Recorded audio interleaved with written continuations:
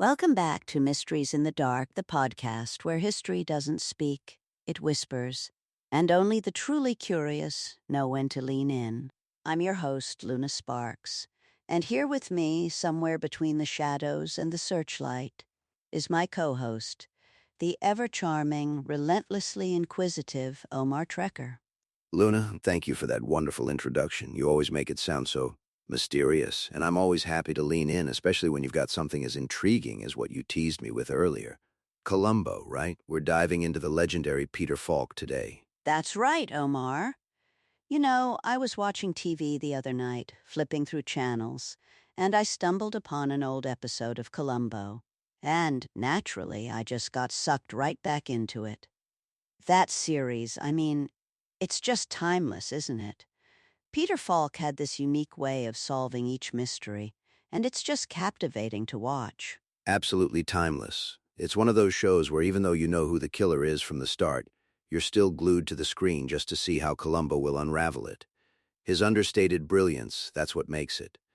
But you said your curiosity about the show led you to dig into Peter Falk himself, and you found some interesting stuff? Oh, more than interesting, Omar. Truly fascinating. It's a story that honestly just embodies the spirit of Mysteries in the Dark perfectly. We're talking about a man whose most famous quirk, his signature look, was born from a childhood trauma. Imagine this. Peter Falk was just 3 years old, and his parents were given a choice. A terrible, heartbreaking choice no parent should ever have to hear. 3 years old, that's barely out of toddlerhood. What kind of choice could be so devastating at that age? The doctors told them, lose the eye or lose the child. He had an aggressive tumor. Time was not on their side. And, as you can imagine, his parents chose life. They chose to save their child. Surgeons removed his right eye and replaced it with glass. Just like that, at 3 years old, his face would never quite line up the way symmetry textbooks prefer. Wow, that's an incredible start to anyone's life. I mean, to face something so profound, so early. And it must have been a difficult adjustment for him, growing up with that.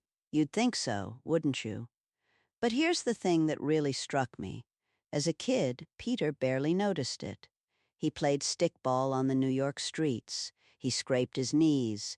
He got yelled at by his parents, probably. He went to school. He lived. The glass eye wasn't this big dramatic thing to him. It was just part of him, like being left-handed, or having freckles, or being that kid who always smelled faintly like playground dust, you know? That's such a beautiful way to put it. It highlights the incredible adaptability of children, doesn't it? What's a monumental challenge for an adult can sometimes just be the way things are for a child. It became a part of his normal. Exactly. It was his normal. But then he grew up, and he decided he wanted to be an actor. And that's where Hollywood, in the 1950s especially, had some very different thoughts. The film industry back then ran on incredibly strict visual rules. Leading men, they were tall, square-jawed, perfectly symmetrical. Apparently, they were assembled using a ruler and a level. Oh, I know this era. The Hollywood machine was all about a certain look, a certain type.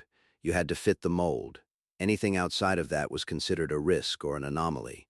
And I can imagine how a missing eye would have been perceived in that climate. It was not in the brochure, Omar. Not at all. Peter discovered this in his 20s when he started auditioning. Up until then, he'd actually been living a perfectly respectable life as an efficiency expert in Connecticut, a job that, let's be honest, sounds exactly as exciting as it is. But something kept tugging at him. Acting, stories, characters. He felt a call to it. So from spreadsheets to Shakespeare, essentially? That's quite a leap. And to do that when you're already established in a career, that takes a lot of courage, doesn't it? Absolutely. At 26, he walked into a drama class and felt it instantly. Oh, this. This is it. And he was good, Omar. Really good. He had intensity, presence, that rare ability to disappear so completely into a role that you forgot you were watching an actor and not a human problem unfolding in real time. That's the mark of a true talent, isn't it? to make you forget the craft and just experience the story. But I'm guessing this is where Hollywood, with its rigid rules, started to throw up roadblocks? Bingo. Until casting directors noticed his face, and the feedback, Omar, was brutal. I mean, imagine hearing this. You'll never work in this business. Or, who's going to believe a leading man with one eye? And then, the real knockout punch, delivered by an executive who didn't even bother to look up when he said it. For the same price, I can get an actor with two eyes. Oh, that's cold. To reduce someone to a mere physical defect and compare them to others based on that alone, it's incredibly disheartening. I can only imagine how soul-crushing that would be for an aspiring artist. Most people, honestly, would have walked away. Hollywood had delivered its verdict: does not fit, will not fit, return to sender. But Peter Falk had already learned something incredibly important at age 3, lying in a hospital bed missing an eye. You don't get to choose your obstacles. You only get to choose whether you quit because of them. That's profound, Luna. It really puts things into perspective, doesn't it? That early experience, which seemed like just a childhood detail, actually forged a resilience, a mindset that would define his entire career. He faced down bigger challenges early on, so the no from Hollywood probably felt like just another bump. Exactly. So he didn't quit. He worked everything: off-Broadway, summer stock, tiny television roles, commercials, parts where his name appeared so briefly you could miss it if you blinked. Ironically, something he was very good at not doing. He just kept chipping away, didn't he? It's that classic story of perseverance, where talent meets stubbornness, and eventually the universe just has to take notice. It did. In 1960, the universe blinked first.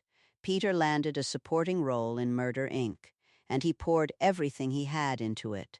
And when the Academy Award nominations were announced, his name was on the list. Whoa, from "you'll never work in this businesses" to an Oscar nomination. That must have sent shockwaves through the industry, or at least caused a few executives to clear their throats uncomfortably. You bet it did. Hollywood suddenly found its eyesight, so to speak. A year later, he was nominated again for Pocketful of Miracles. 2 Oscar nominations in 2 years. Funny how fast "You'll Never Work" turns into "We Always Believed in You," isn't it? Oh, the classic Hollywood pivot. It's almost comical how quickly opinions can change when success starts knocking.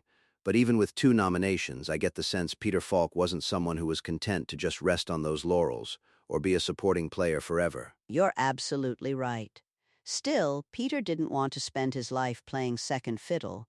He wanted a role that was his, one that used everything about him, including the things everyone else, including those executives, had called defects. He wanted to turn those perceived weaknesses into strengths. That's a powerful motivation, to take everything that was used against you and weave it into your art. So this is where Columbo enters the picture then, the role that would define him, and arguably redefine what a TV detective could be. Precisely. In 1968, he found it. NBC was developing a new detective series. On paper, the character was a standard TV cop: confident, commanding, polished. You could practically hear the theme music already, big brass, heroic sounding. The classic dashing hero who bursts onto the scene, immediately in charge. That was the formula. So I'm guessing Peter Falk had a slightly different vision in mind? Slightly is an understatement, Omar. Peter read the script and said, essentially, what if we do none of that? He saw something entirely different. What if the detective wore a wrinkled raincoat that looked like it had lost a fight with a washing machine? What if he shuffled instead of strode, mumbled instead of declared, apologized constantly for existing? That's genius. It's completely subversive to the archetype. Instead of a strong, imposing figure, you get someone who almost fades into the background, someone easily dismissed. And that, I imagine, would be his greatest weapon. Exactly. What if suspects dismissed him entirely? What if his greatest weapon was being underestimated? The network, naturally, hesitated. Television heroes were supposed to look like heroes. They had this image in their heads. I can hear the execs now. But Mr. Falk, where's the gravitas, the authority? People won't take him seriously. They probably thought he was ruining their perfect detective. Exactly that. But Peter understood something they didn't. Real danger rarely introduces itself with a fanfare. He wanted Columbo to be disarming. He brought his own shabby raincoat from home. He leaned into his slightly off-center gaze, that quiet legacy of his childhood surgery, and let Columbo look distracted, harmless, always thinking about something else. So the very thing that Hollywood had seen as a career-ending flaw, he consciously integrated into the character. It became part of Columbo's persona, that slightly disheveled, harmless quality that allowed him to slip under people's defenses. Precisely. He improvised the squint, the head scratch, and, of course, that iconic line, delivered almost as an afterthought, after everyone thinks the conversation is over. Just one more thing. That line, it's so iconic it's become a part of popular culture. It perfectly encapsulates Columbo's technique. You think he's leaving, you relax, and then, bam! He hits you with that crucial detail. It's brilliant psychological warfare, disguised as humble forgetfulness. Columbo wasn't flashy. He was disarming, and by the time suspects realized they'd been trapped, it was already too late. Columbo premiered in 1968 and became an absolute phenomenon. It wasn't about who the killer was. Viewers already knew that. The joy was watching Columbo slowly, politely, relentlessly walk them straight into their own guilt, all while apologizing for the inconvenience. And that's why it connected with so many people. It was a fresh take on the detective genre. It wasn't about car chases or shootouts. It was about human psychology, observation, and the subtle art of the interrogation. Peter Falk made you believe that this ordinary, slightly eccentric man could outwit the most cunning criminals. He truly did, and the accolades poured in. Peter Falk won 4 Emmy Awards for his portrayal of Lieutenant Columbo. The show ran for 35 years, Omar. 35 years. Think about that longevity. 35 years is mind-boggling for a television series, especially one that stayed consistently popular over such a long period. That speaks volumes not just about the concept, but about Peter Falk's unparalleled performance. He was Columbo. And here's the most incredible part, the beautiful irony of it all. That glass eye Hollywood once called a career ender, it became the signature. That squint, that gaze, that way of looking at people that made them feel dismissed and deeply understood at the same time. It was integral to the character. It went from a supposed disadvantage to his most distinctive and effective acting tool. What a transformation. It's almost like he manifested his destiny by embracing what others saw as a flaw. He taught them that unique qualities aren't something to hide, but to highlight. He spent his life being underestimated. So, he created a character who won because he was underestimated. It's such a powerful narrative, isn't it? It's a testament to turning perceived negatives into actual strengths.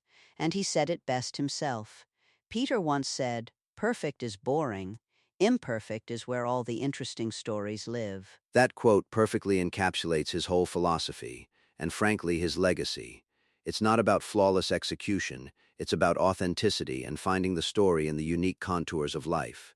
And Peter Falk's life was certainly full of interesting stories. When he died in 2011 at age 83, tributes poured in, not because he looked like a traditional star or fit into any mold, but because he never tried to. He was uniquely Peter Falk, and that's why he was so beloved. At 3 years old, cancer took his eye, but in doing so, it inadvertently laid the groundwork for a legend who would define a character and inspire millions. What an incredible journey, Luna. From that almost impossibly difficult choice his parents faced, to defying Hollywood's narrow standards, to creating a character that transcended television itself. Peter Falk truly showed us that strength comes in many forms, and often it's found in the places we least expect it. His story is a powerful reminder to lean into our own unique qualities, because that's where the magic truly happens. It really is, Omar. And that, my curious listeners, is another mystery unraveled, or rather, another whispered history brought to light, here on Mysteries in the Dark. Thank you for joining us today, and remember, keep leaning in. You never know what incredible stories are waiting just beneath the surface. We'll catch you next time. Until then, stay curious, everyone.